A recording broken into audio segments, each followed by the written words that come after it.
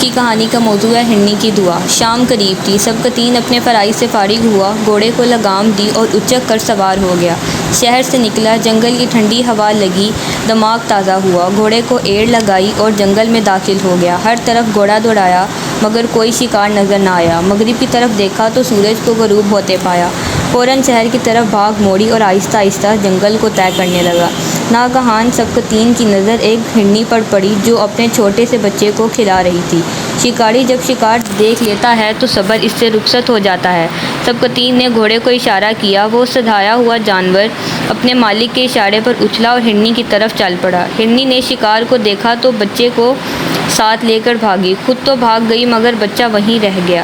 یہ ابھی چند دن کا تھا، اس کی ٹانگیں کمزور تھیں۔ سبکتین نے سوچا خالی ہاتھ جانے سے بہتر ہے کہ اس بچے کو پکڑ لیا جائے۔ چنانچہ وہ گھوڑے سے نیچے اترا، بچے کو پکڑا، اس کی ٹانگیں باندھی اور گھوڑے پر رکھ کر سوار ہو گیا۔ گھوڑا شہر کے قریب آن پہنچا۔ سبکتین کو ایک سوگوار سی آواز سنائی دی۔ اس نے پیچھے مڑ کر دیکھا، ہرنی اپنے بچے کے لیے اس کے پیچھے پیچھے آ رہی تھی۔ ماں کی یہ محبت دیکھ کر سبکتین کا دل پسیجا۔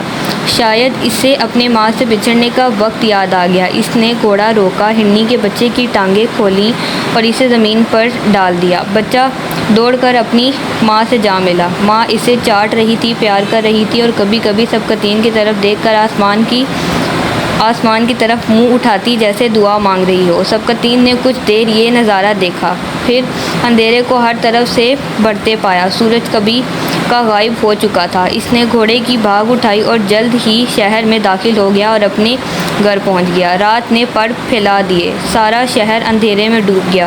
دن بھر کا تھکا ہارا سبکتین بھی اپنے بستر پر نیند کے مزے لے رہا تھا کہ ایک بزرگ آئے، سبکتین کو دیکھا، السلام علیکم کہا اور بتایا کہ سبکتین، ہرنی کی دعا قبول ہو گئی، اب تو اور تیری اولاد ایک مدت تک غزنی پر حکومت کرے گی۔ بزرگ کی یہ خوشخبری سنا کر چلا گیا۔ سبکتین کی آنکھ کھل گئی، خواب کے واقعے پر غور کیا مگر کچھ سمجھ میں نہ آیا۔ وہ اس خواب کو بھول جانا چاہتا تھا مگر بھول نہ سکا۔ آخر وہ دن آ گیا کہ الپتہ تگین حاکم غزنی فوت ہوا اور سبکتین سر پر تاج رکھ کر غزنی کا بادشاہ بن گیا۔